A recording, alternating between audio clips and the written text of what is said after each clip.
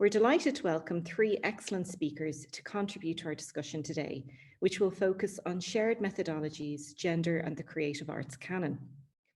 So I'm going to begin by introducing Lian Bell, who probably needs no introduction.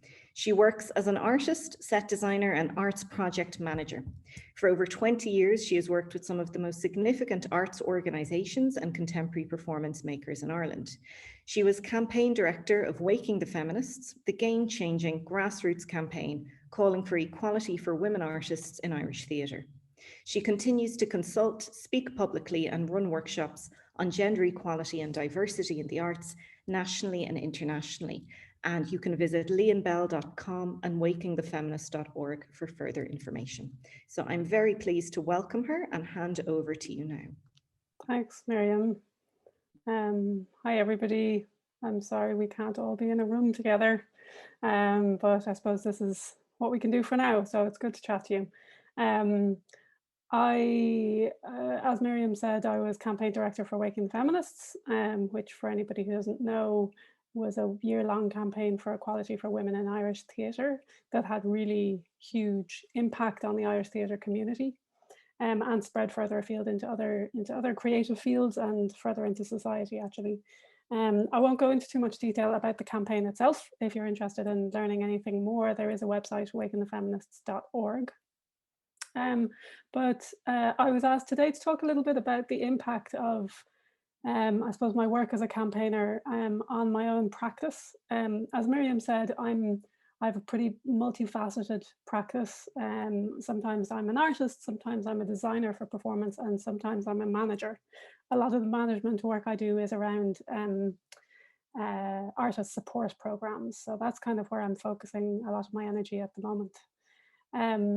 I suppose it's quite difficult in a way to remember what my life was like before Waking the Feminists, because it has changed what I do so significantly, not just in how I think about my own work and how I approach it, but in how other people see me and what I'm offered, the kind of work I'm offered. So that has changed over the last few years as well.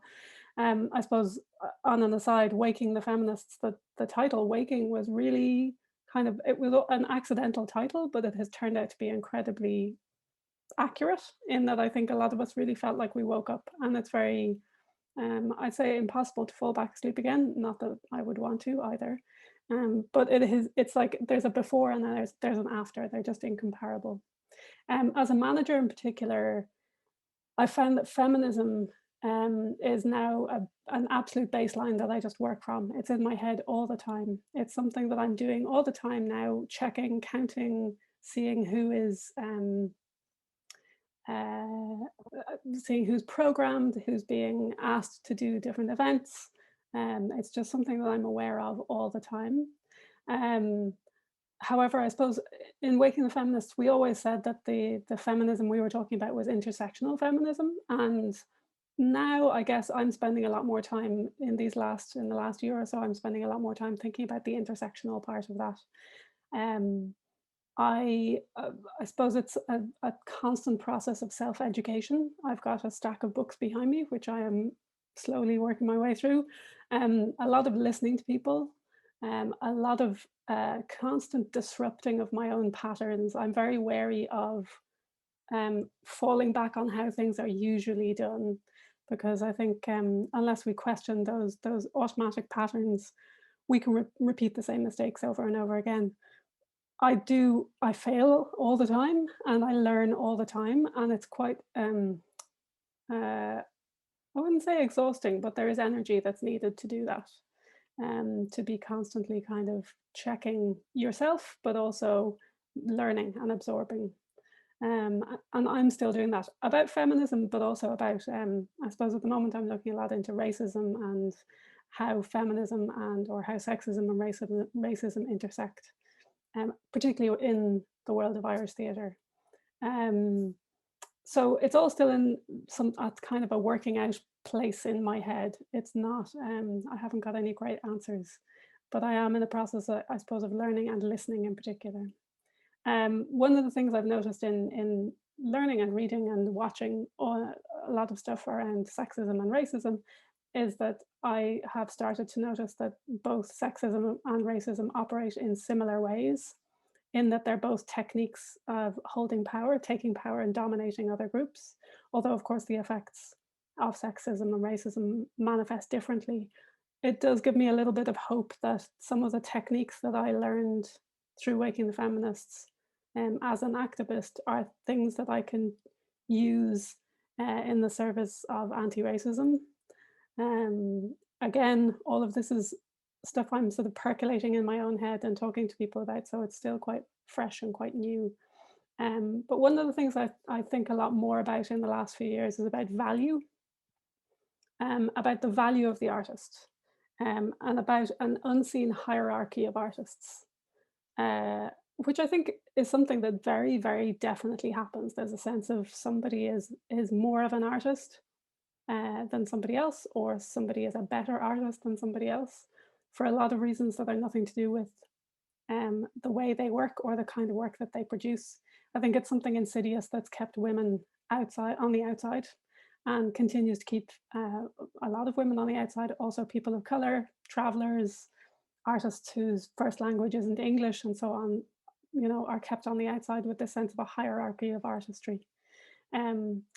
It also brings into question for me what we call theatre, and what we call good theatre. I feel like a lot of these terms create a boundary, which is artificial and about keeping control. As I do a lot of work in the last number of years about sort of equality, obviously, I've been, you know, speaking about equality and doing workshops and so on about equality in the arts. I'm also talking a lot about diversity, and all these words come up: equality, diversity, inclusion. And I'm finding the word inclusion trickier as I go along. I'm more interested in the idea of sharing. You know, inclusion suggests that we, whoever we are, the people who have the control of the theatre, hold that space, and we will include other people into that space. Whereas I think if we think of sharing the stage, and saying, what is it that you're bringing to the stage, and, you know, what is it that you want to do on that stage, rather than you're welcome to join our stage as long as you do the things that we consider our theatre or our good theatre. So all of these things, again, I don't have answers. These are the kind of things that are going through my head as I'm working. One of the major side effects of Waking the Feminists was learning that I have a finite amount of time and energy, and that I need to be very choosy about where I direct that energy. Waking the Feminists as a campaign spent a lot of time thinking about where do we have the greatest impact, and trying to pick that one point and go for that. And for the campaign, it was around talking at board levels to organizations and talking to funders and so on. But that's a learning that I've taken into my life, which is, where will my small amount of energy and time have the biggest impact? Personally, as an artist, sometimes I sort of question why the work that I'm doing isn't more sort of overtly feminist.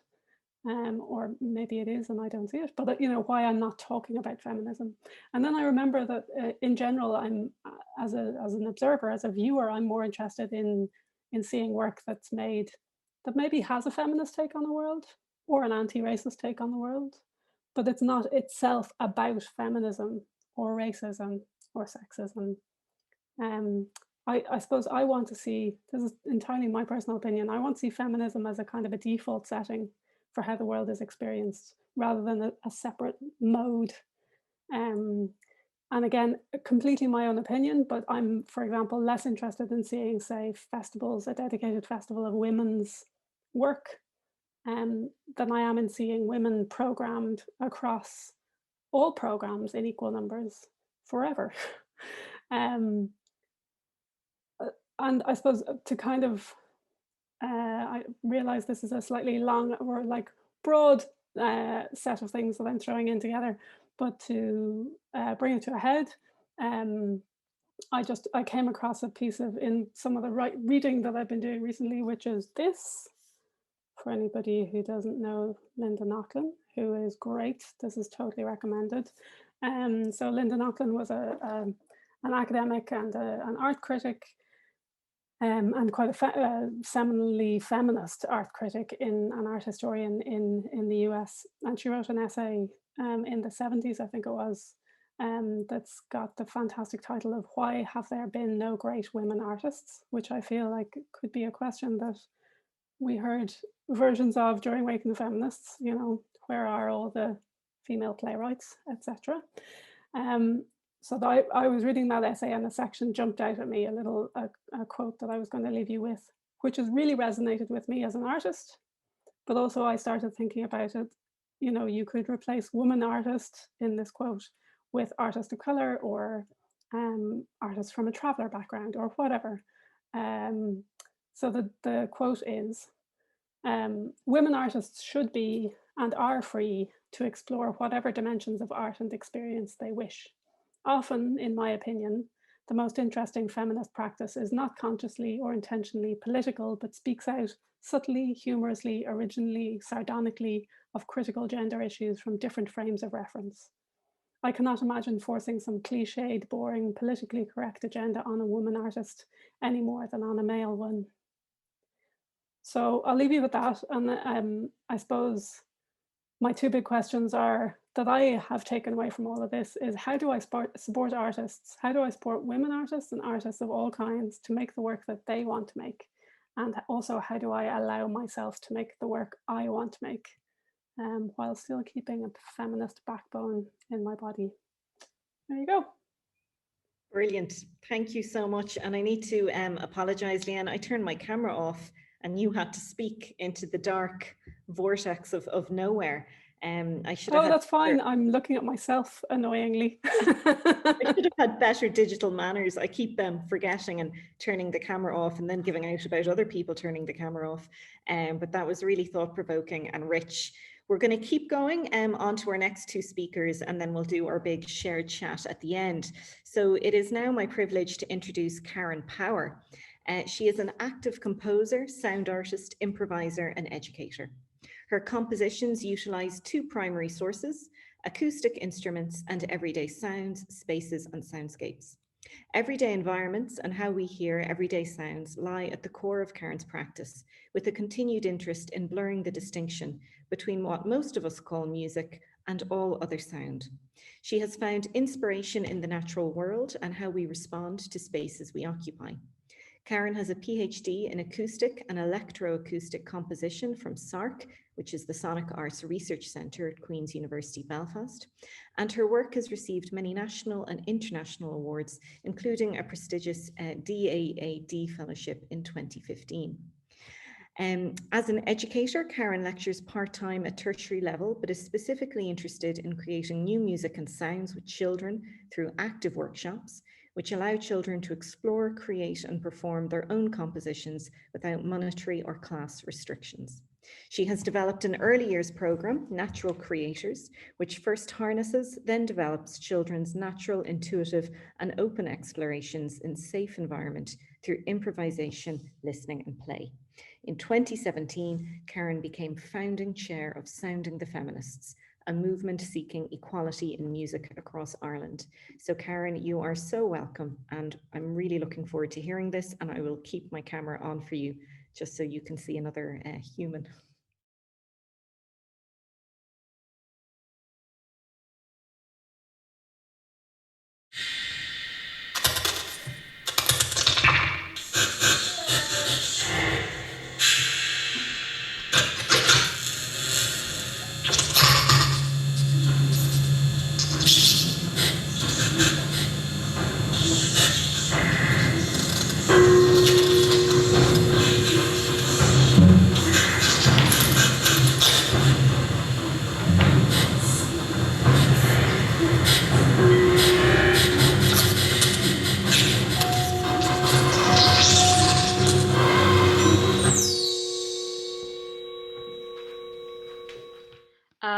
My name is Karen Power, and it's an absolute pleasure to be with you today. As Lian said, it's an awful shame that we're not together in person, but I guess this will do for now. So I'm a composer, sound artist, educator, and improviser, who is also the chair of the working group that's behind Sounding the Feminists, originally formed in 2017. Most of what I wanted to talk to you about today is a little bit of a chicken and egg situation, in that I genuinely don't know whether it was my artistic practice in the first place that put me in a position of seeking to be chair of Sounding the Feminists, or whether it is within this position and all of the work that we're doing that continually shapes my practice. I suspect that the answer is, of course, both. We are sponges, and absolutely nothing we do, think, achieve, or fail exists in isolation. So as a brief intro then, within the context, I suppose, of the subject matter and this panel, I wanted to just maybe outline a few areas of my practice where I feel the approaches, strategies, and maybe ethos connect with both me as a composer and the work that I do within Sounding the Feminists. And these areas are the designing of methodology and new work for inclusive ensembles, my early years practice, technological play and teaching that goes around that, and finally through, I guess, a constantly evolving compositional practice. So the piece you just heard was an extract from Machine Chatter, a very short extract. And this was commissioned by an extraordinary organization in Sweden called Share Music Sweden. I've been working with Share Music Sweden since 2015, maybe. And they're basically interested in creating opportunities, professional opportunities and professional standard work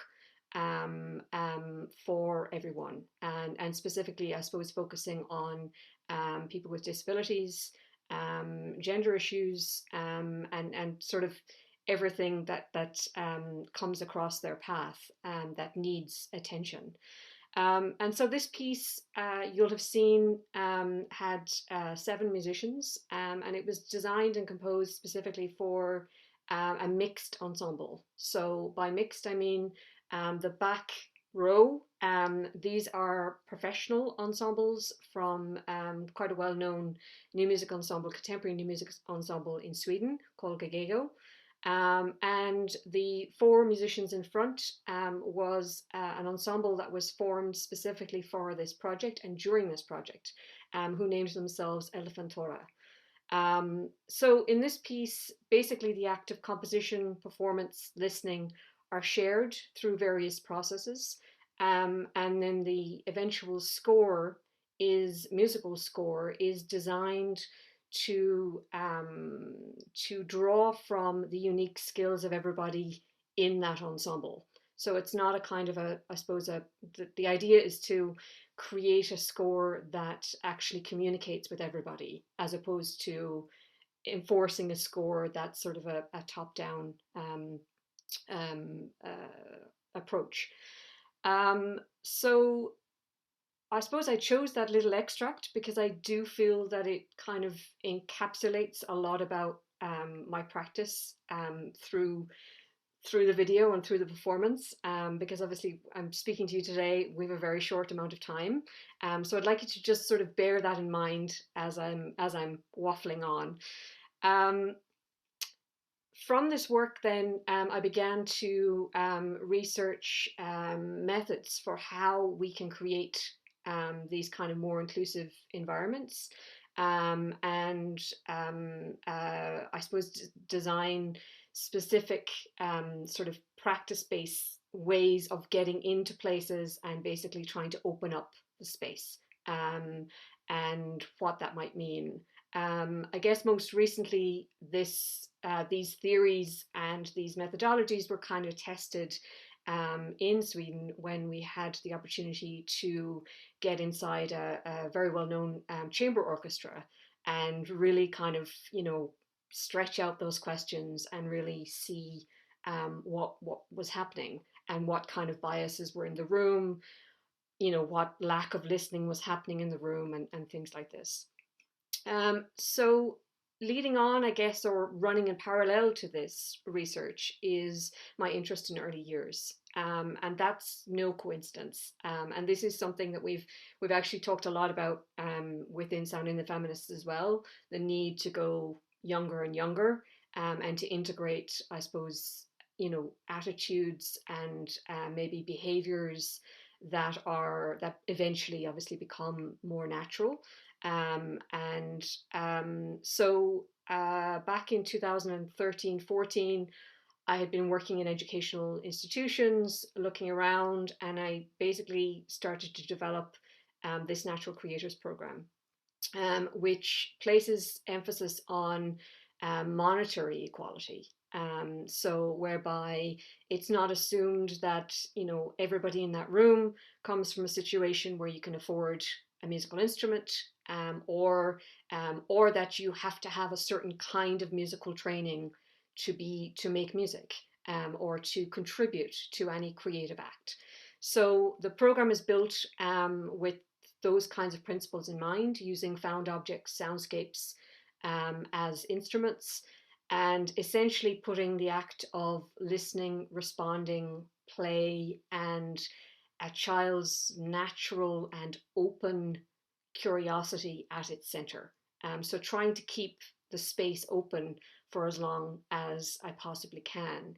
And I suppose one example of that would be any natural creators environment looks at the space where I might go into, and looks at kind of not trying to block in that space. So creating an open environment where children can engage or disengage in their own way and in their own time, and rather than me enforcing something on top of them.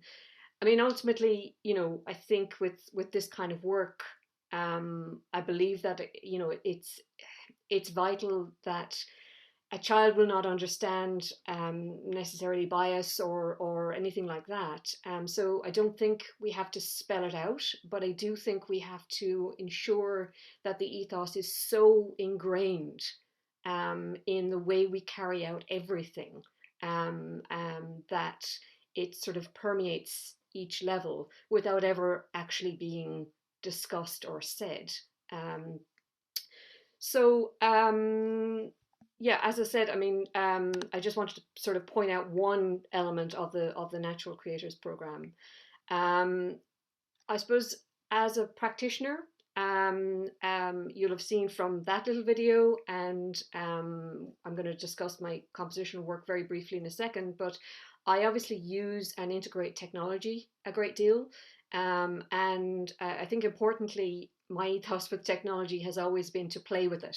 And this is something that obviously, as somebody doing that, I've of course noticed the inbuilt inaccessibility and bias. I will openly say that for a long time I wasn't prepared to see it. I simply, you know, dealt with it,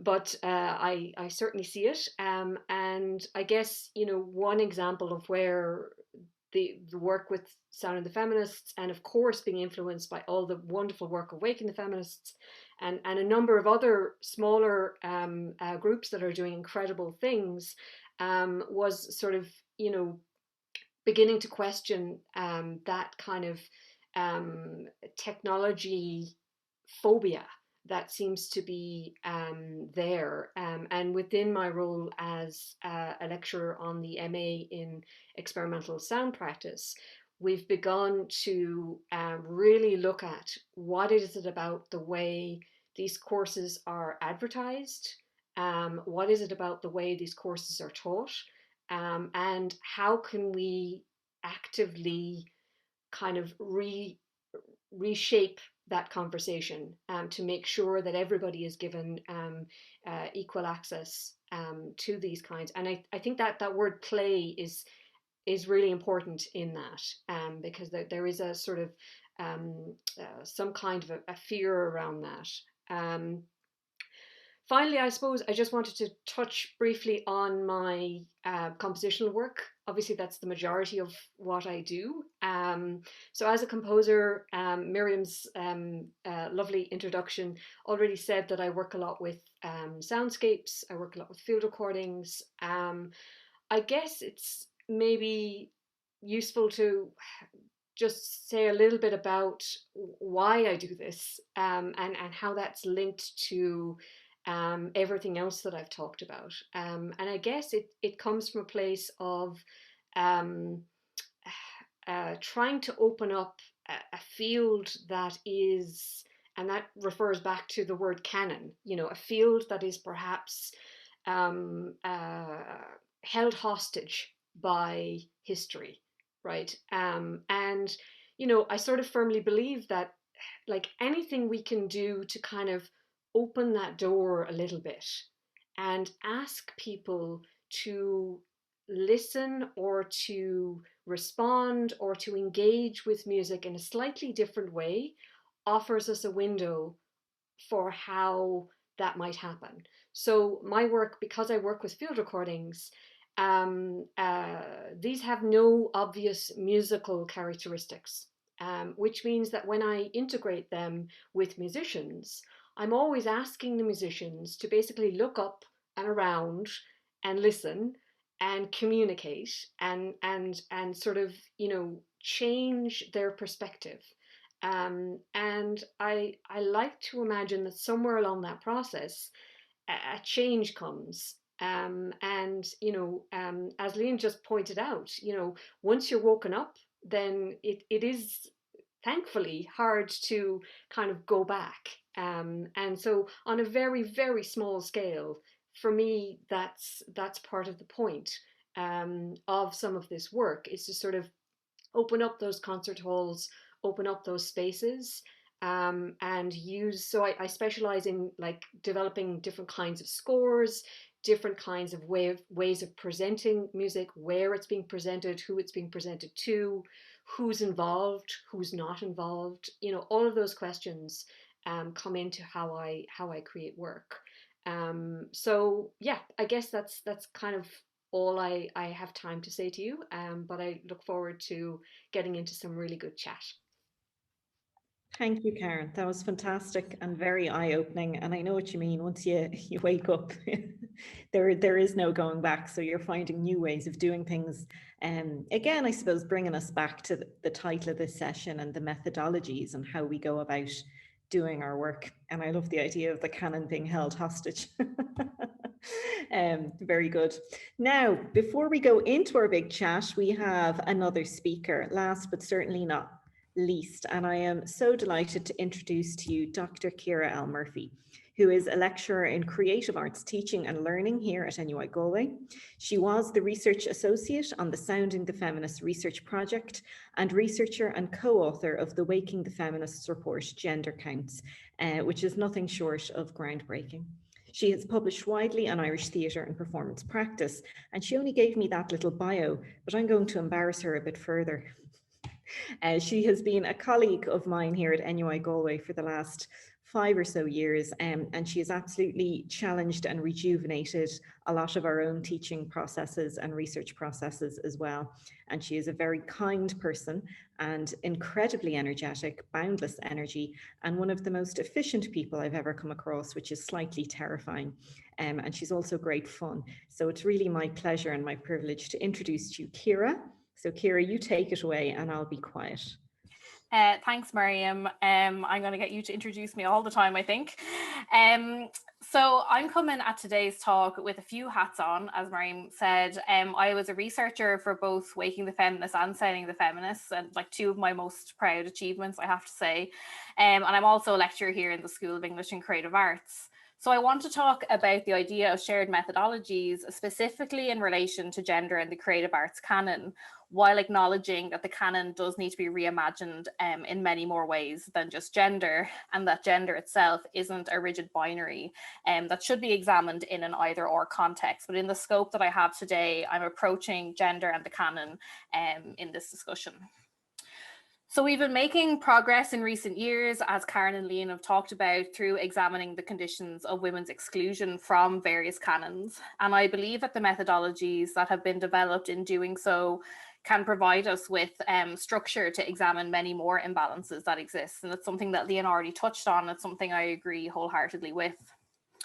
Like a lot of people, I read a lot of books in lockdown 1 in an attempt to escape from my reality, I think. But I didn't expect to find something in one of them that would resonate so much with my own research and the questions that I have about how we teach and learn about the creative arts. So in Darren Griafa's recently published and fabulous book, A Ghost in the Throat, she considers the lens through which her literary muse, Evelyn Dove, has been viewed by the Academy. And she notes, and I quote, "How swiftly the academic gaze places her in a masculine shadow, as though she could only be of interest as a satellite to male lives," end quote. So this struck a chord with me. And I suppose that made me think that, like, you can count all you want, but if the structures of teaching and learning continue to uphold flawed perspectives on women's work, then how can we actually fix the problem? And so the relationship, I suppose, between arts practice and research is not always a harmonious one. And in many ways, research and practice are viewed as two very distinct and autonomous engagements. But I think reports such as Waking the Feminist Gender Counts and the Sounding the Feminist Research Project itself demonstrates the importance of gathering concrete information that can be used to influence and improve arts policy and practice. And I think it's also really significant that it's the Arts Council that has been at the forefront of funding these research initiatives, and something that we kind of maybe need to take note on and catch up on in the research community. And in 2017, the former chair of the Arts Council, Sheila Praska, spoke at an event celebrating a collaboration between the Arts Council and the Irish Research Council. And she noted that research helps us to better understand people and places, supporting us to reach new communities, as well as helping us plan more strategically for the future. And I think that by learning as much as we can about the status of gender, among other things, in the creative arts, we can learn more about the community of artists working on the island and develop strategic initiatives that will sustain and improve the sector. And so we know that the Waking the Feminist project has resulted in measurable progress. In 2018, 10 theatre organisations announced and committed to a formalised gender policy for the programming of theatre. And then last year, our updated report showed that these policies have improved the gender balance across theatre organisations. So the counting worked, in other words. But we now know that anecdotal evidence is not a sufficient enough base upon which to enact positive, progressive and tangible change, and the reports and the projects have given us that. But I also think that counting itself is also not enough.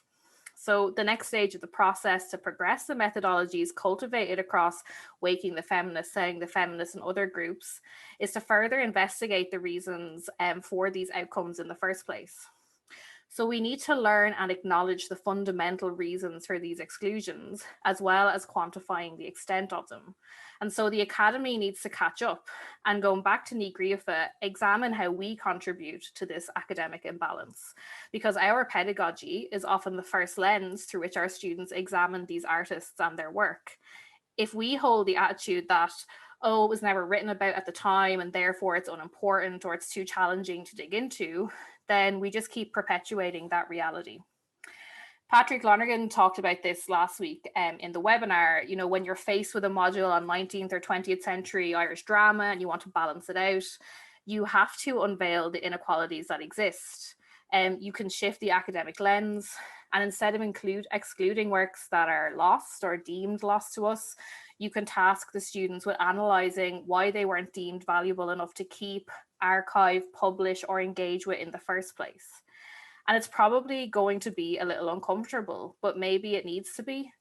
And I suppose I might kind of like wrap this up by talking a little bit about how this has worked for me in the classroom and how working with Sounding and Waking the Feminists has impacted my own teaching practice. So last semester, I taught an MA module called Irish Drama from Wilde to O'Casey.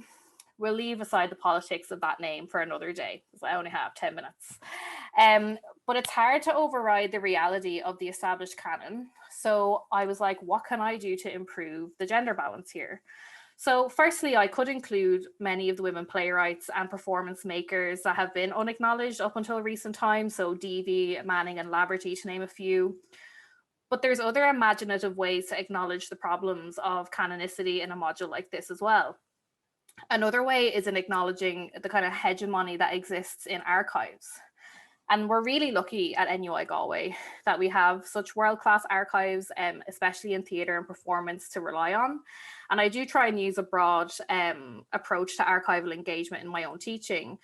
But drawing on my experience archiving with Waking the Feminists in particular, something that I learned when approaching the archives from a new perspective, and certainly a less structured perspective for anyone that joined me in the archive rooms during that project will know, there is a lot of differences and absences that can occur when there's a hierarchy of documentation, and especially in relation to the single author text.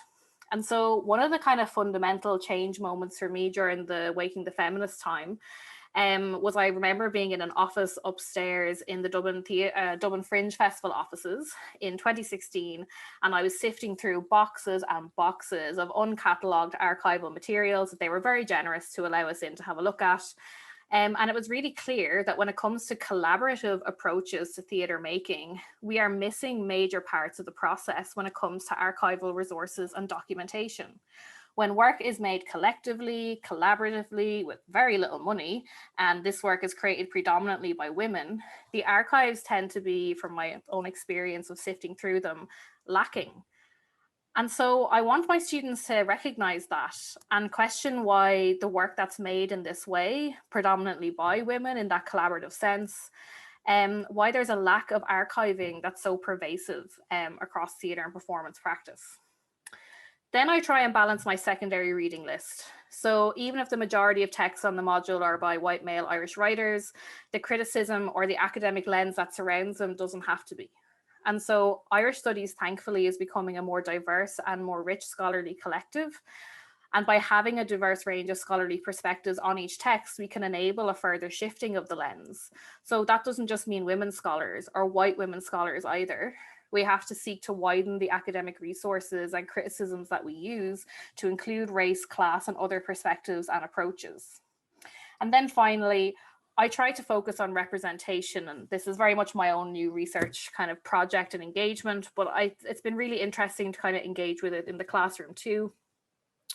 Although most of the celebrated writers of the Irish early 20th century theatre canon are men, they often write about and represent women. And how do they do this? And what does this representation mean politically, artistically, academically? Should we just write them off as male, pale, and stale? Like, obviously not. So we need to ask better questions about those works. How do the reproductions of these plays through the century treat their women and present gender on stage? Is what was produced in 1930 significantly different to the 60s, the 90s now? And by doing this and encouraging the students to do it as well, you can pull out O'Casey's subversive and enlightened perspectives on domestic gender roles and connect the class and housing issues he raised in the Dublin trilogy to the current social moment. We can analyse Wilde's approach to women's sexuality and desires and question why the notion of female desire was treated so differently on British stages than on Irish. And there are so many more strands of significance that allow us to frame and contextualize these texts and performances. And so I would encourage us all in the Academy to try and shift that gaze and broaden the perspectives. And I suppose very finally, these webinars and the kind of wider project around it are presented with the same intention, to try and shift that gaze, to try and open perspectives and share methods of teaching and learning across practice and research and teaching, to try and, I suppose, make us better at it collectively. And so I'm really looking forward to the kind of broader conversation, and thank you very much. Wow, thank you. And thanks to all of you. You have raised so much there, and I'm really happy to open up this now to our informal conversation or chat. Maybe more of a comment than a question, which is often the case, but it is important to have feedback and to highlight however this may have resonated with you.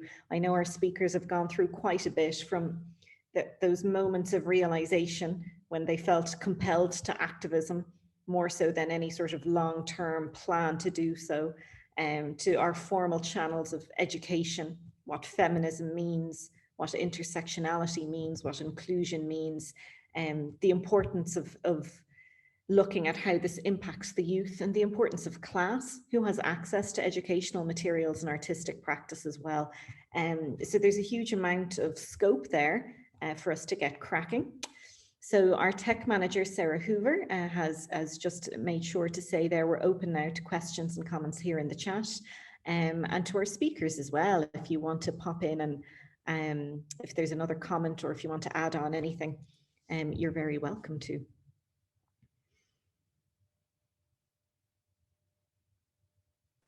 I have a question for Lian and Karen, actually, just around, I suppose, like the evolution of everything. I suppose, you know, I think, you know, like Waking the Feminists was obviously like an influence for Sounding the Feminists. Lian, you're talking about how you don't remember a time before Waking the Feminists. I just wonder, like personally, like, and artistically, like now that we're like, you know, a couple of years onwards from all of those, like, I mean, how do you like, what's the biggest kind of like change that you kind of see like in your everyday lives as artists in terms of those kind of like movements towards gender equality in the arts? I think like I kind of sort of said at the start of what I was saying was I don't really remember how I worked before Waking the Feminists, and I think that's true for a lot of people. Like, it's really hard in Irish theatre as a, you know, a woman working in Irish theatre to kind of cast our minds back 5 or 6 years and remember that we took a lot of this, a lot of sexism for granted, and a lot of exclusion for granted. And we just kind of, you know, like Karen earlier was saying that she was sort of, you know, not allowing herself to see what was happening, or not allowing herself to believe what was happening. That's absolutely true. Like, once we all started looking at it collectively, it kind of blew our minds, where we were like, what, we've been working around this the whole time? What have we been doing? So once that bandage was ripped off, that was it. It has been such a sea change in Irish theatre. I mean, I do think not just people working in organizations, but individual artists and also audience members, which I find really refreshing, are keeping an eye on what's going on, checking programming, and feeling like they can be more vocal when it is imbalanced. And I think it lends itself to a general better sense of empowerment, not just for women artists, but like I was just saying, you know, independent artists. You know, whenever we talk about all of these structures, it's all about an imbalance of power. So for independent artists, there is an imbalance of power between, you know, artists or people who have stable jobs and people who don't. And people who make the decisions and people who don't. So there's that sort of power conversation that has been going on, and I think has gained some energy. You know, independent artists have gained energy from things like Waking the Feminists, because that experience of speaking up and that experience of being more vocal isn't just confined to feminists. Obviously, it's something that's really important in the way that we all work. And it's a skill. And once you learn that you can say something out loud and people listen and people take notice and other people join in with you, once you learn that, then you're like, oh, hang on, I can talk about lots of things now. So I feel like that is a sea change in Irish theatre, certainly. Thank you. There are questions popping through now, so I might just go over to the chat. The first one there is from Laura Brinkat. And the question, what can be done to help facilitate the documentation and archiving of collaborative and collective work, past and present? And Karen, can I pick on you for that? Would that be okay? And you can tell me to get lost if it isn't okay. No, I think I can handle that one, or at least have some kind of an opinion on it. I think it's a really good question, and thank you, Ciara, for bringing it up, because like it's something that I think we've all noticed. You know, it's about the assumption that there's one way to make work, and that belonging to this canon. And as soon as people deviate from that way, and it links to Lian's, you know, what we deem as like good theatre, it's the same in music, you know, what we deem as like proper music. And so I think today it's much easier to take account and to catalogue and to focus. What we're talking about is focusing on process, right? And building those facilities to focus on process. And this is something that I've taken very seriously partially because of what's gone on before. And so when we're involved in a process, then I try and kind of make sure that there's part of whatever budget from whatever funding has been there is there to document everybody involved in the process. And like, I think there are many ways we can do it. I'm not sure, except to look back at previous projects and to start kind of naming everybody involved in those different capacities. And I think even with Awakening Feminists, cataloguing of who was involved at what stage in a theatre making process. So how many are lighting engineers, how many are, and I think that's the right approach. And that's something that we've been trying to look at as well, around when someone is commissioned, what is the duration of the commission, where will that commission be put, who is involved in each stages of making the work, and just a general acknowledgement that there is no longer one way to make work anymore. There never was. I mean, it's ridiculous to think that there was, but unfortunately, we've been led to believe that there was. And I think that's by even us acknowledging that, I think, there's a research project out there. There's so many research projects out there for people to dig into now. Please do. That's brilliant, Karen. Thank you. That's very detailed. I want to get to Brenda's question there. I completely agree. And it's for Ciara. My distant memories of academic conferences were that papers about women in theatre were often poorly attended and really seen as a niche interest. Never a truer word spoken, Brenda. I think that your idea of mainstreaming gender, race and class issues within the academy is really needed. Have you noticed any shift in attitude from academics incorporating these considerations?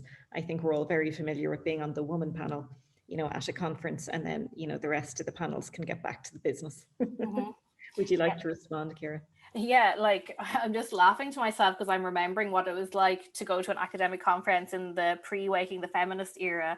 And it was like, I remember like the day of Waking the Feminist and everyone being like, oh my God, we do that, don't we?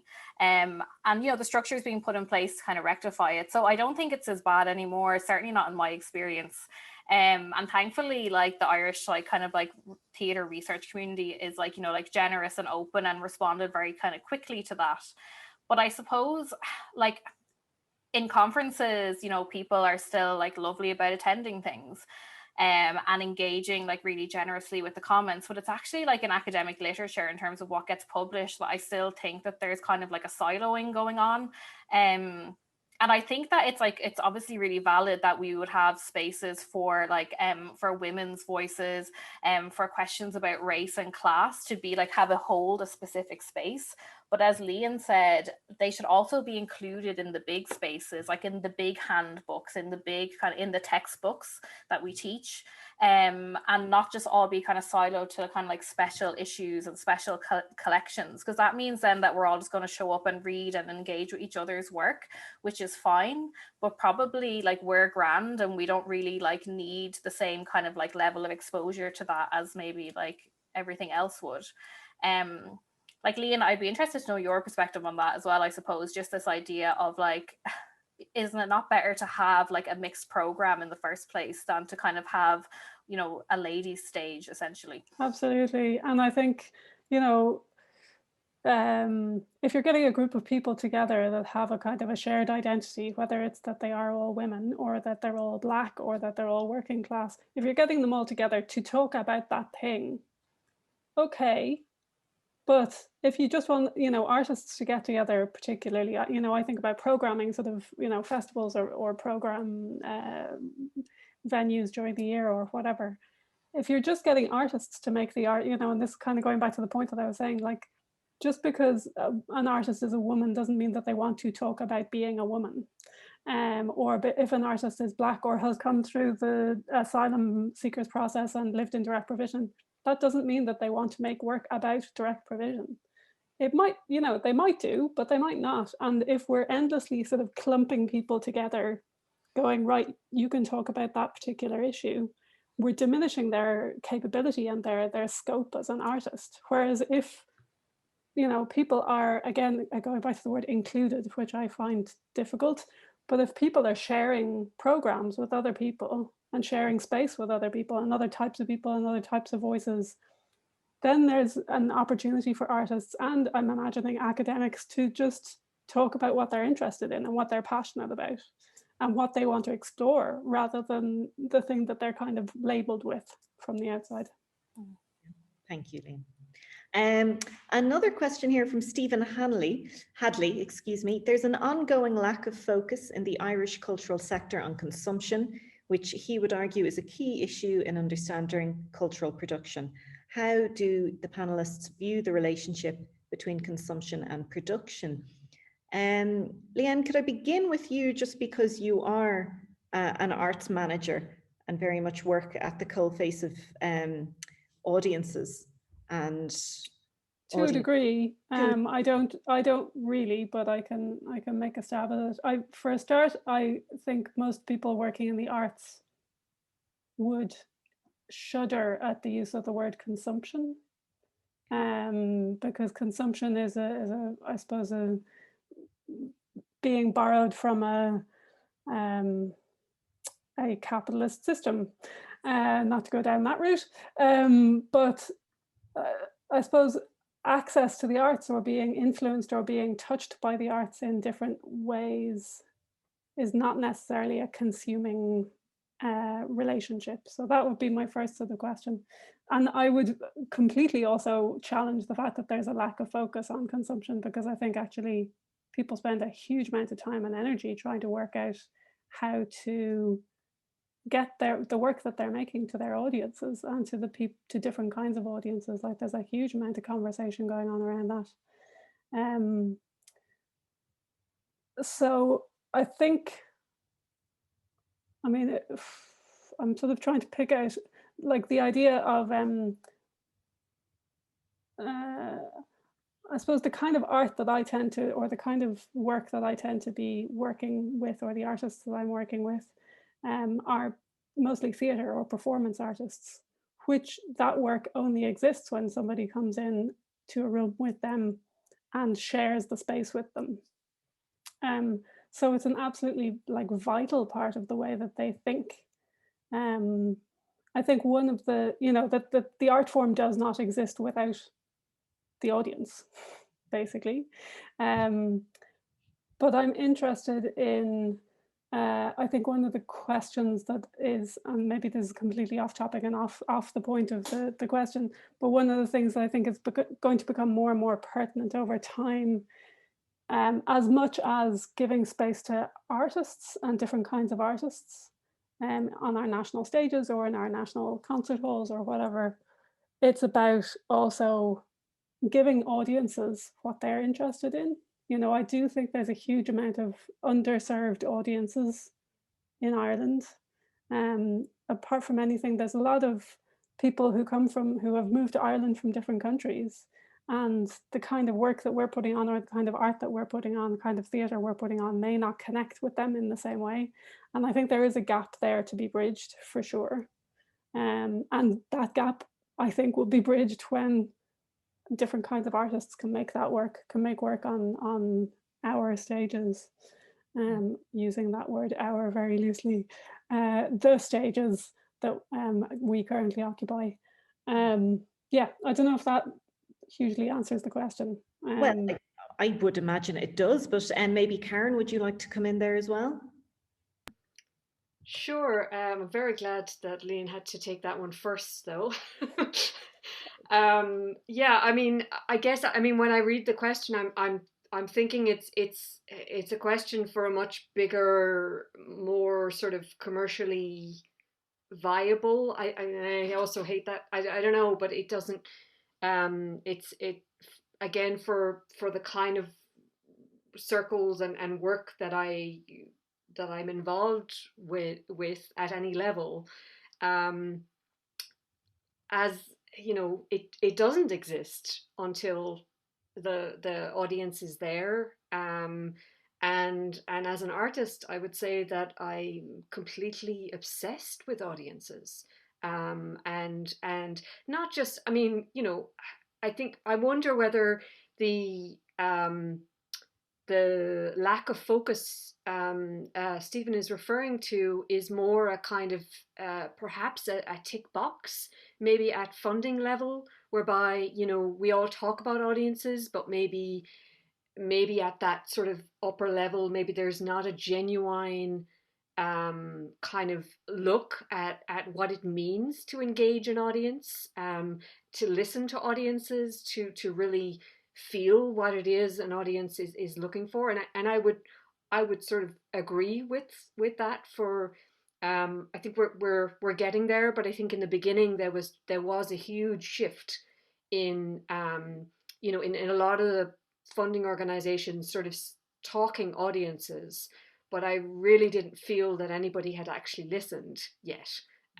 So I don't know if that answers the question, but I sort of feel on the ground that actually this is something that we're paying a lot of attention to, and I hope we'll continue to do. Just one like other thing that sort of occurred to me, which is part of a conversation I've been having a lot recently, which is around why, like the question of why is Irish theatre in particular struggling so hard with diversity, in relation to, say, I mean, even Irish music in the last year has had an explosion of, you know, Black and Irish, really like well respected now and well known Black and Irish artists. And I think access, actually physically being able to access the work, is a huge, huge barrier. The fact that somebody can, you know, listen to great music on their phone or watch a great dance video, or like get involved somehow in a kind of a, you know, TikTok dance craze through that. Whereas getting to see theatre is a whole other step, and there's usually a monetary barrier there, as well as a kind of a classist assumption or an elitist assumption of who theatre is for. And I think all of that is against us working in theatre, actually, you know, offering that space to other people. In that, I think a lot of audiences and potential audiences just don't know that we exist and don't know that theatre can also be for them. Yeah. Sadly, I think that is very true. Yeah, it's very hard. Well, it can just be, I don't know why, but sometimes it can just feel difficult to make those theatrical spaces more visible, in that kind of everyday context, the way you're talking about watching something on your phone and immediately it becomes known to you and you're aware of its existence. And it just seems to be that bit more of a struggle to get that level of familiarity and accessibility. Absolutely. And maybe, you know, maybe the buildings are part of the problem. I don't know. I always think back to, there's this great, it's sort of performance art rather than theatre. Although there you go with me, my rigid boundaries. There's a piece that I know of, two Australian artists whose names I've totally forgotten now, but I'll check them up and I can send them on to anyone who's interested, who made a project, started the project about 5 or 6 years ago, called Daily Ticket Footscray. And Footscray is the small town that they live in Australia. And they hired a performance artist to do 1 hour a week work in the local train station for the rest of his working life. So it's, you know, Friday at 3 o'clock or whatever, every single Friday for the rest of his working life, he has been hired, paid to be in the local train station doing whatever, as a performance artist. And, you know, for them, it was an exercise in talking about the longevity of an artist's career, and, you know, looking at, for example, his, you know, sick pay or holiday pay, all that sort of stuff was built into the thinking about it. But the thing which I love, I love that aspect of it. But the thing I also loved was that, the kids living in Footscray are going to grow up going, oh, there's the guy on Friday who does the funny things in the, I wonder what he's doing this week. And to have that immediate access to what's seen as a, I suppose performance art can seem quite alienating for a lot of people, but to get a really immediate access to something that's free, that's in your space, that you share with this person. I thought that was a really interesting way of changing how we access what's seen as kind of inaccessible art.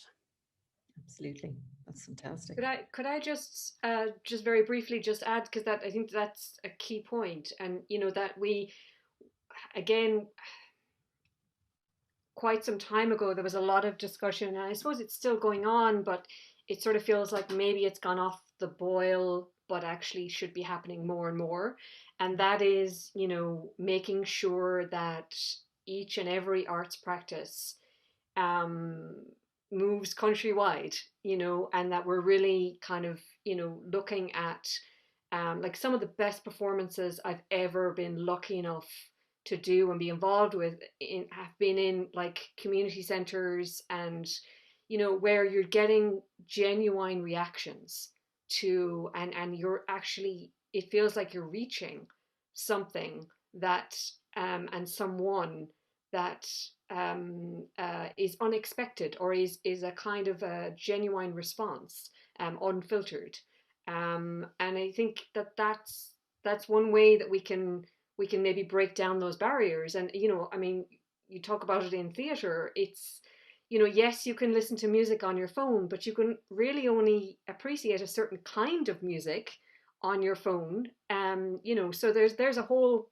raft of music that suffers from the exact same problems, and I think part of it is venue, and that idea of going to a concert, and who that's for, and the only way we're going to change that or rewrite that is to acknowledge that there are different ways of experiencing everything, and I think if we can do that and continually do that, not just a sort of shot in the dark, but really like make it the focus, then I think there's some hope. But it just, I don't know, it feels like we go so far, and then it's like, it's felt that, oh well, we've done that now, all's going to be fine, and like this is a lifelong journey, as it should be, because change, it doesn't happen. So anyway, I just wanted to add that little bit. No, that's helpful. That's really helpful. I think the point about venue is really actually quite powerful. And the comments are flying in now. So just so I don't miss anyone, Claire Keogh, how are you? Have you seen any changes in how work is valued, or the kinds of work that's now being valued that maybe weren't before? So I'm going to put that to Ciara. Yeah, that's an interesting one. Again, I'm kind of wearing several hats there, because I am also like a theatre critic in another like world, another life as well. So like a part of like, well, up until recently, a regular part of my week was like trying to assess, I suppose, like theatre and its value. I think yes and no. So in terms of like monetary value, and in terms of who's getting funding for what, like that change has been slower, I think, in terms of like moving that along. I think like in the academy, the idea of like process has become like, like justifiably a solid focus in like the last while, in terms of like, the idea of like focusing on like practice and practitioners and the kind of broad range of creation. And so I suppose like in terms of like an academic focus, I think we are starting to value the process as much as the end product. And I kind of see like where and how things are programmed, and I kind of think that maybe we're not like coming as far as we should be with that. And I think the current like pandemic and the way that work is being made now means that collaborative work, like actual like tangible like tactile like devising and things like that, isn't just like actually physically possible or like legal now. And so I do worry about like, are we like going to return to kind of like, like single authored monologues like, forever like in the theatre world, and are we going to lose like elements of process that are so important? Like that's a real fear I have. But I think what Karen said earlier on about the idea of kind of like building in money to document the process and to document everyone involved is a really important part. Can we somehow like make that as kind of part and parcel of when you're funding something to be made and to be performed, that you're also kind of like funding, you know, recording its processes, because that's so much more useful, I think, for students as well, to be able to go and see and engage with how people actually like make work in these new creative ways. And also I think a lot of that work is being made by more and more diverse groups. So I think there's a yes and a no answer to that. I also think on the element of criticism, like as in like broadsheet criticism, because I brought it into it, is I was thinking there recently at the last Dublin Theatre Festival that I was able to like physically be at, which was 2 years ago.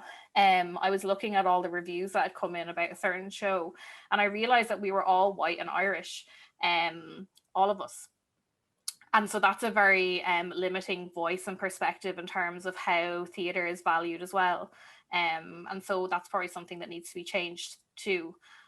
But that's also a dying thing, I think, is theatre criticism. Well, there's an interesting segue here into Brenda's next question, which is about the streaming of theatre productions. That, you know, there's been such a wave of how we engage with theatre differently since COVID, and will that help with accessibility? So we can look at theatre and online. I also want to sort of segue, because that's followed by two questions around, I suppose, diversity. So one is from Rami, and she says, in my experience in Ireland, when diverse people are involved and allowed to be part of productions, diverse audiences enter the spaces. And then Marianne is speaking to Irish language theatre. And she says Irish language theatre and performing arts is still facing this issue. It's unclear whether it fits into the theatre canon in general. Does it fit in with the mainstream, or is it part of a diversity programme or an equality programme? And her example is Dear Ireland 3 is a real example of this, where all the invisible communities were put together in the same programme, and she means invisible, which was released on December 17th to a whimper in the arts world. Well, that is very sad. There was a noticeable difference in the space given to Dear Ireland 3 in comparison to the other iterations. And so I know I've put a lot there. I'm talking about Brenda's initial question about the pandemic and the streaming of theatre and how that could impact accessibility. Rami's question that's looking at the relationship between diverse people on the stage and diverse audiences. And Marianne looking at Irish language theatre and performing arts and how it seems to be treated differently from general Irish theatre in the canon. So there's a lot there, and you might respond distinctly into different parts, but I'm just trying to keep up with the questions. Karen, can I come back to you first? Would you like to respond in part to one of the questions? Yeah, I guess maybe most suitably, maybe the diverse artists attracting. And I just openly say that that's shameful about the last part. I mean, I'm not a theatre buff, so I'm not quite as up to speed. I absolutely agree that, you know, art, no matter what genre or form it is about communication. It's, you know, our job is to have an idea and then basically communicate that idea through the language that is the art form. If the idea has been conceived and molded by many different perspectives, then there's a greater chance of speaking to many different perspectives. Now, I mean, I'm sweeping generalization, but, you know, I think it's just worth considering that, you know, that like we are all unique. And, you know, as I say to very, very small children, we all, you know, we have our two ears and yet we all hear things differently. So like, I absolutely agree with that. And I think it's beginning to happen. I think some of it is fear around, again, you know, moving too far away from, you know, what's right. and the right way of doing, so it's kind of, it's a very complex issue, but I really do believe that it's part of the way forward.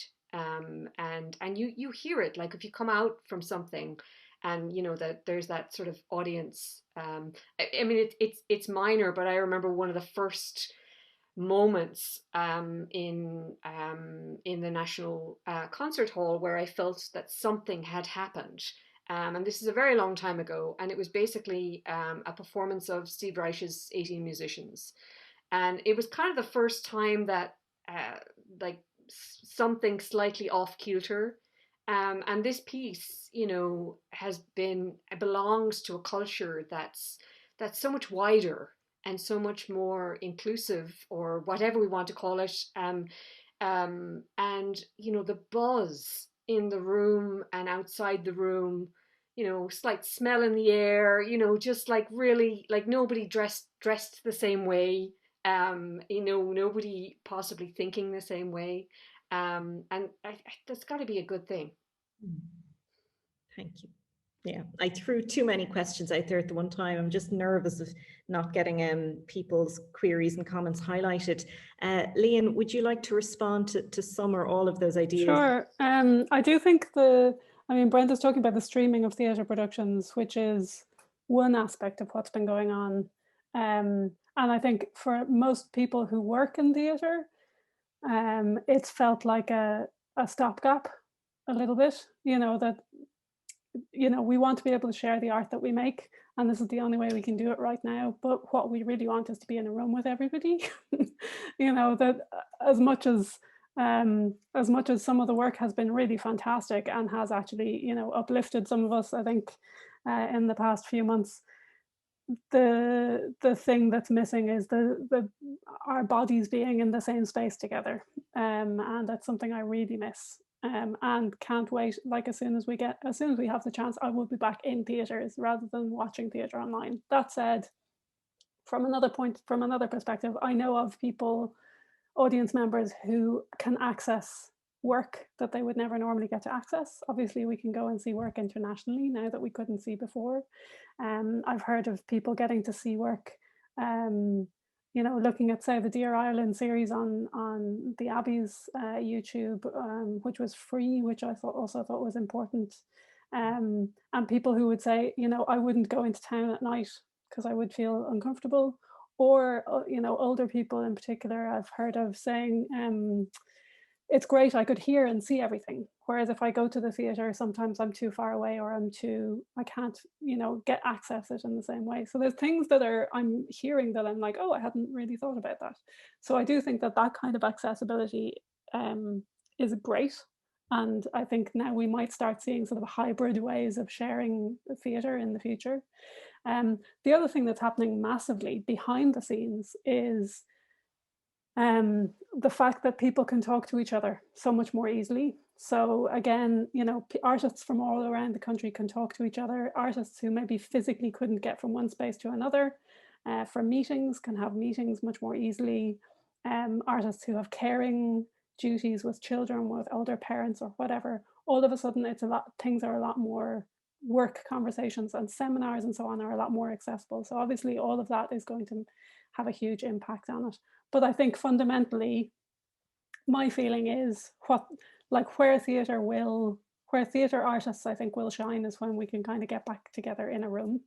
And I think most people are dying for that. And I think it will impact on the shape of what our theatre might be, because it may not be in theatres for a while, because of the enclosed space. So, but that instinct and that desire for a theatre artist to talk to an audience member and for an audience member to be part of that conversation, that desire is still there, but that's going to have to happen maybe in slightly different ways in the future. So I think I think there's a lot of great stuff coming out of this learning, how we can be online. Just to speak very quickly to Marianne's point, I think she's right. I've started hearing people talking about Irish language theatre in a kind of a minority context, or in a minority context, and in a kind of those people who are apart all those different groups who are apart, including the Irish language theatre people, which I think is, it really highlights how, going back to the thing of not keeping people apart in groups, but trying to find ways of making sure that everybody is part of the same, is part of the canon, or is part of the programming that's going on, that it's not seen as a little separate aside sort of silo to put those people in, whoever those people are. Yeah, so unfortunately I do hear that, Marianne. Okay, I just see time running on. Sarah Fitzgibbon, I think it's a comment more than a question, but a very worthy one.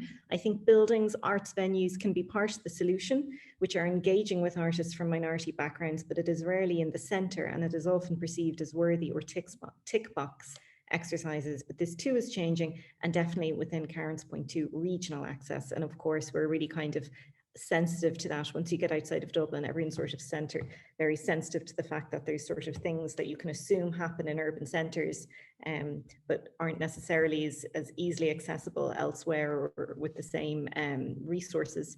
Norma Lowney, do the panel feel that new forms developing because of the current crisis will benefit theatre and the diversity of theatre? Will it allow for change in bringing work to audiences out of and off the stages? I think Lian has just spoke to that, but I'm sure we could focus more on diversity as we move forward. This is from our technical manager, Sarah Hoover. I thought she was sending me a crisis message going, stop pressing some button, Miriam. Similar project to the Footscray project Lian mentioned, Eternal Employment, Gothenburg, catching a thread in this conversation that performance in public spaces might address several dimensions of accessibility. You are all experts on that. Any thoughts? Performance in public spaces.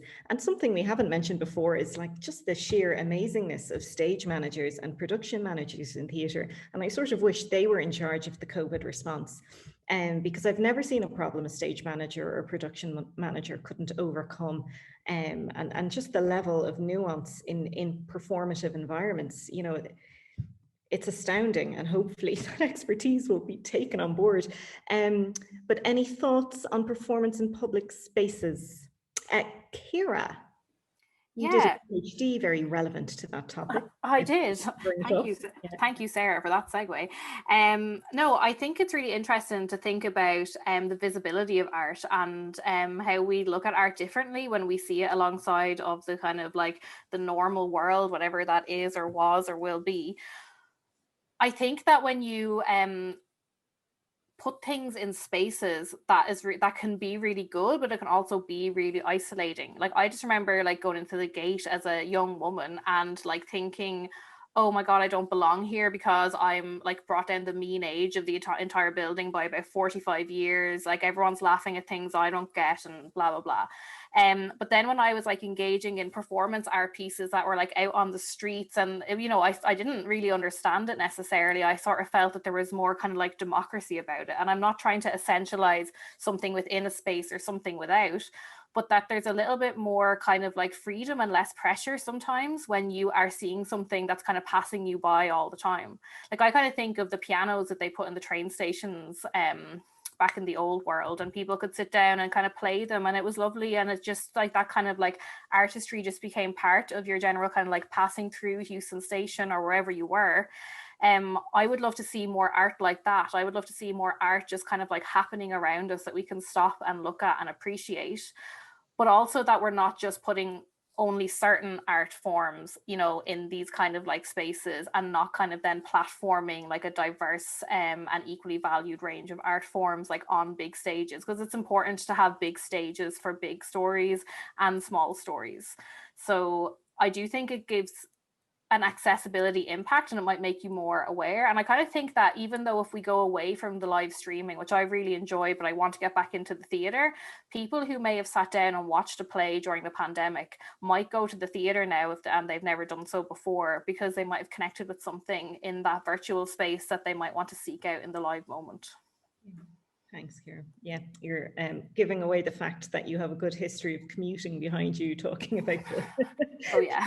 train stations. I can nearly smell it off you, the hours you've spent Yes. trailing the country. I'm going to do another, hopefully, merger of questions and comments here from Patrick Hopkins, Con Holohan, and Patrick Lonergan, because it's all around canon formation and education. So Patrick Hopkins says, what should be the criteria for entry into the canon, or is a canon even necessary?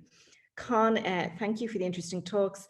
He thinks it's important to make visible the process of curriculum formation to students. We need to not just broaden their understanding of the canon, but also try and increase their awareness of how the decisions we make as academics or curators shape their experience and understanding of cultural fields. And so Patrick's adding to that, Patrick Lonergan, saying, would including students in curriculum development help in addressing any of these issues? Karen, can I bring it back to you, please? If wishing were only so. I think, well, so first of all, I mean, let's acknowledge that canon is one word, but it has a multitude of definitions depending on the and shades depending on the art form, depending on what we're talking about. So obviously music is my area, so I can really just reference the music canon. And for a long time, I would openly say that in order to move forward, I felt myself having to leave behind the idea of the canon, simply because women are not part of it. It's not. It is not a welcoming space. It's not a positive starting place for women creators. So I've, since, look, we're all, I hope we're all learning every day, and we're kind of, gathering as much information as we can, and we're responding to that. So I will say that my attitude towards that obviously changes. Everything has its place, and history and the acknowledgement of history, even within, just to sort of, I suppose, draw to sounding the feminists, was like we have been asking that question because of our partnership with the NCH, and one part of the funding that came from Creative Ireland was around the sort of classical chamber music series and canon. And this is a 5-year plan, and basically we took the decision that each year we would re-examine how we interpret this. And the first year was kind of to focus on certain music within the canon, and then we realized, but to put it in context with other music from the canon, so not an all-female program. We received, much feedback on this. The next year we decided to focus on just women only, to try to rebalance the canon. So again, I think it's about multiple approaches and kind of pulling from different parts of history, but in a way that's about the future and about improving things for the future. So it's interpretation maybe of canon.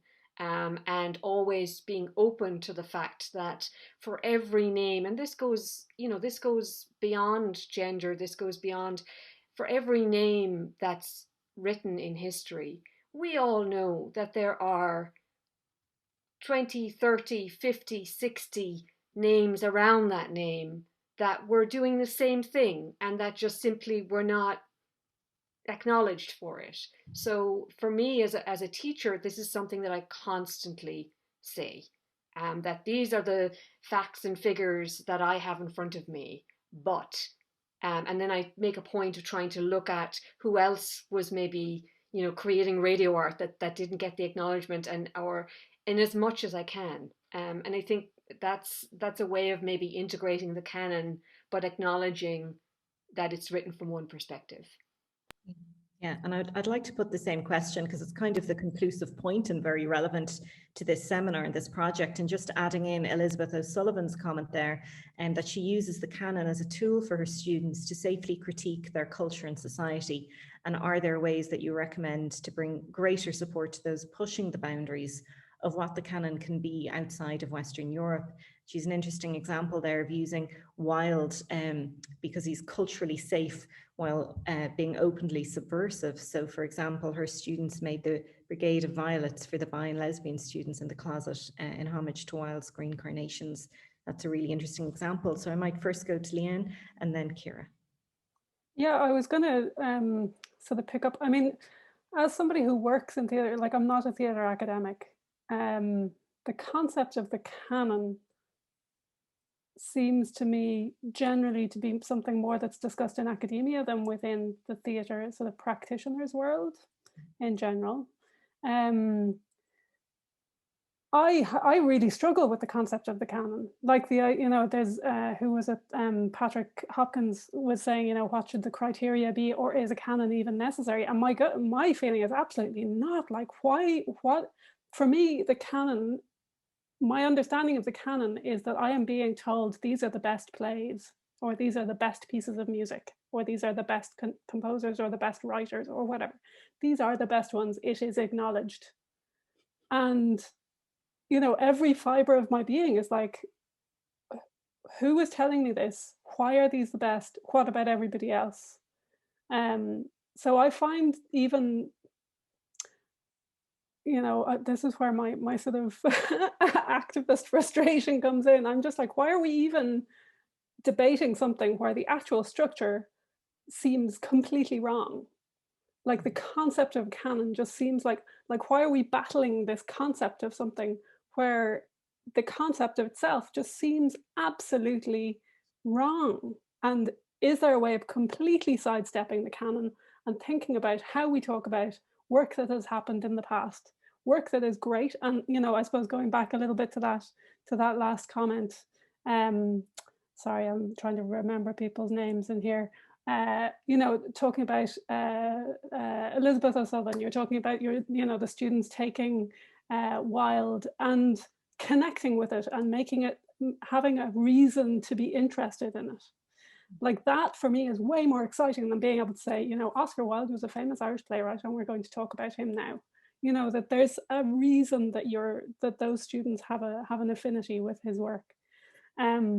So I struggle with the concept of canon at an absolutely fundamental basis. And I think it's, that thing of either we tinker away with a system that's inherently flawed and we try and battle it, or we just go, right, clean slate, get rid of that system. What else can we do? How else do we do this? Yeah. But that is me going back to my, like, Waking the Feminists, like, this is wrong. Like, let's stop and start again. How do we do that? Well, I'd say that worked out pretty well, Lian. Well, to a degree, but like obviously there's a lot of structures and systems still there. So yeah, being the one raising your fist and being like, burn it all down is only works so far, I guess. Well, I think Ciara was probably someone who's very much happy to raise her fists during Waking the Feminists and continues. Ciara, would you like to make some comments? And then I'm going to have to wrap up just because people have to, I was going to say people have to run for the train. People have to go to other things. The figurative train. Yeah, I will comment on that briefly, obviously, because I'm aware that it's Friday evening. I think, I think the academy does move at a slower pace. And so the idea, you couldn't walk into university and say the canon, we're done, like everyone will faint. But I actually think you can kind of push at the boundaries of that. Sorry, I just had a very visceral image of that happening. But you can push at the boundaries of it, I think, and start to kind of it's like the male gaze. Once you see it, you can never unsee it. And I think for students, once you're like, this was also around at the time and it was really interesting, but it wasn't examined for some reason. Let's push at that and tease it out a little bit.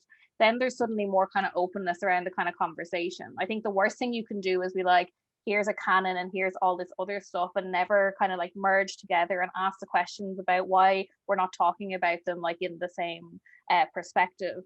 And I think Elizabeth's point's really fascinating to me, but I love using safe kind of culturally appropriate text to push at things. And we love nostalgia in Ireland. I always think it's fascinating that Sean O'Casey's work is kind of the nostalgia commemorative thing that we kind of roll out.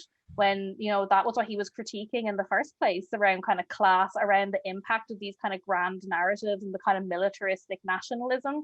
But now this is like, you know, the Easter Rising play that we kind of wheel out every now and again. To have a conversation around that can be really interesting. And something that I always use with students is like, how would we put this on today and how would it be relevant? And those kind of open up conversations around kind of subversive work that's kind of safe in cultural contexts that are kind of maybe like outside of, you know, the kind of like social norms in terms of like inclusion and acceptability that we have here. But I'm all for obliterating the canon, it must be said, but I think easier said than done. Very good. Obliterating the canon, that's a nice way. What are your conclusions? You're writing your impact report back. We're going to obliterate the canon. We're going to finish up because it's Friday and people need to turn off their laptops and hopefully not have to turn them back on again till Monday. But just, you know, this is a Galway-based or Galway-led webinar, and so there's no higher praise you can get in Galway. You're all sound heads. And it was great to have you with us digitally, and the Wi-Fi held up even with strong wind and rain, and so that's always a great thing. And I'm sure we have a lot of people here who are around the world, and that is wonderful. I know we'd love to be physically together in a room, but considering we can't be, the real bonus and the real victory there is connecting with people all around the world. And getting to share ideas and experiences.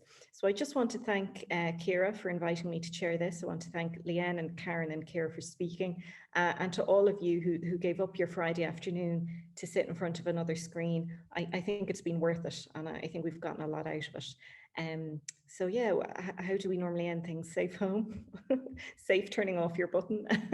Have a lovely evening, have a lovely weekend, and it was great to be part of this.